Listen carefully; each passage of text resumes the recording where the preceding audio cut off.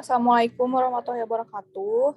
Kenalkan, kami dari kelompok 1 perilaku organisasi. Di sini kami akan mempresentasikan. Di sini saya Raisa dan pembaca pertama akan dibacakan oleh Renata.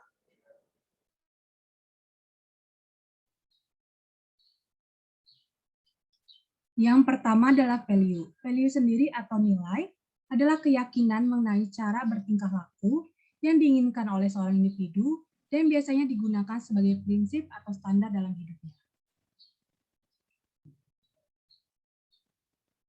Lalu nilai sendiri juga dianggap sebuah ide yang dianggap benar, baik, dan juga diinginkan dan bersifat tetap dan bertahan lama karena biasanya diajarkan sejak individu masih kecil oleh orang tuanya.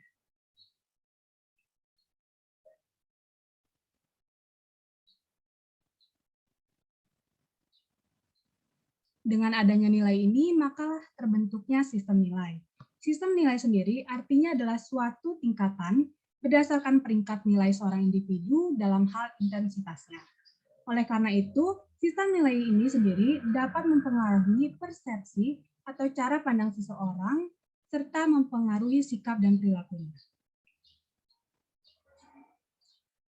Selanjutnya akan dijelaskan oleh Pia. Selanjutnya, ada pentingnya nilai. Di dalam pentingnya nilai itu terdapat 3 poin.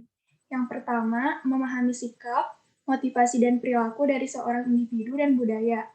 Yang kedua, mempengaruhi persepsi tentang segala sesuatu yang ada di sekitar kita. Dan yang terakhir, itu gambaran mengenai yang benar dan yang salah.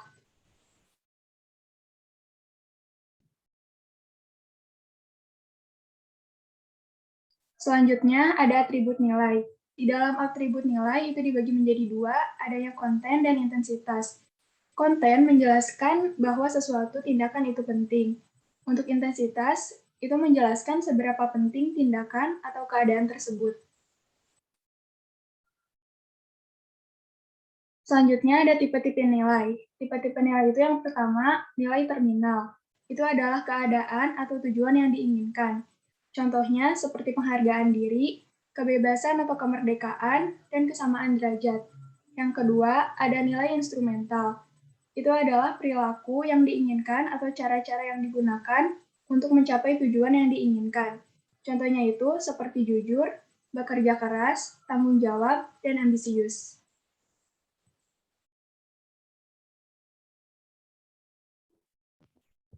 Attitude adalah pernyataan atau penilaian evaluatif menyangkut benda, orang, atau kejadian. Sikap mencerminkan perasaan seorang tanpa sesuatu. Komponen sikap ada 3. Yang pertama adalah kognitif, yaitu bagian dari sikap yang berupa pendapat atau kepercayaan. Yang kedua adalah afektif, bagian dari sikap yang berupa perasaan atau emosional. Perilaku adalah kemauan untuk berperilaku secara tertentu terhadap seorang atau sesuatu.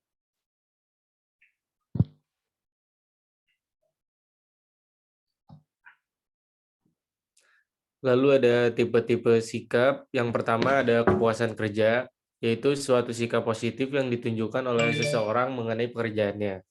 Lalu ada keterlibatan kerja, yaitu tingkat mana seseorang terlibat kepada pekerjaannya, aktif berpartisipasi di dalamnya, dan menganggap kinerjanya penting bagi nilai dirinya. Lalu komitmen terhadap organisasi. Seseorang melibatkan diri dengan organisasi tertentu beserta dengan tujuan-tujuannya dan ingin menjaga keanggotaannya dalam organisasi. Lalu selanjutnya ada job satisfaction. Job satisfaction merupakan kepuasan karyawan yang merasa diperlakukan adil oleh dan mempercayai organisasi.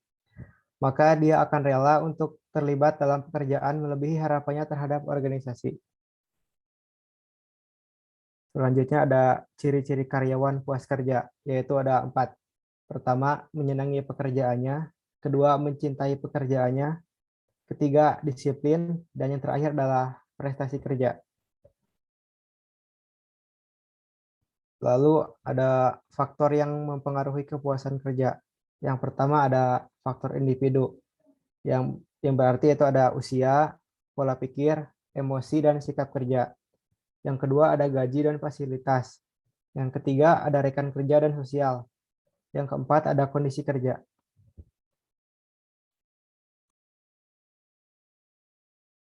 Aku bakal jelasin nih dampak kepuasan kerja ya teman-teman. Dampak kepuasan kerja itu ada dua. Yang pertama ada produktivitas, yang pasti produktivitas yang baik. Lalu yang kedua ada kinerja yang baik. Jadi kalau misalnya seorang udah produktivitasnya baik sama kinerjanya baik, berarti seorang itu di tempat kerjanya tuh udah merasa puas nih dan udah merasa nyaman. Selanjutnya,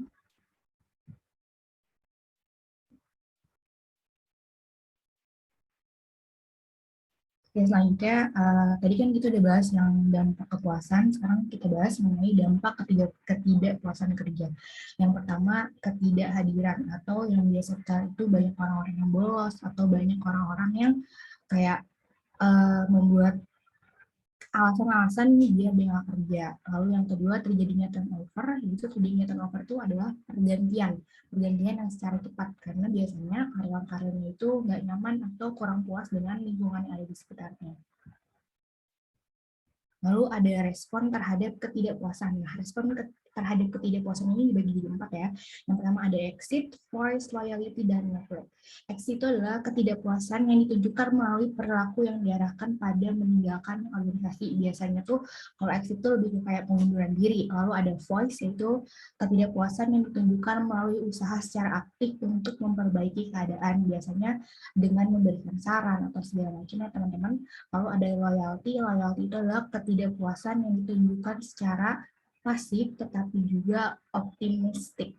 Nah, maksud dari loyalty itu, contohnya itu adalah kita tuh menunggu kondisi untuk membaik. Contohnya kita mempercayai organisasi dan juga manajemen untuk melakukan hal-hal yang benar.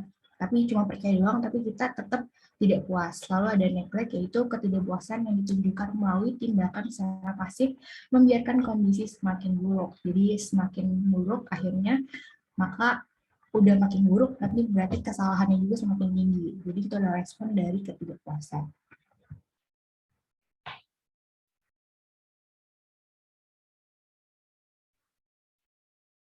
Oke, dengan berakhirnya tadi tentang job satisfaction, maka menutup untuk presentasi kita pada kelompok 1 hari ini, teman-teman. Dari kami semuanya, mohon maaf jika ada salah-salah kata. Terima kasih. Wassalamualaikum warahmatullahi wabarakatuh. Salam sejahtera untuk kita semua.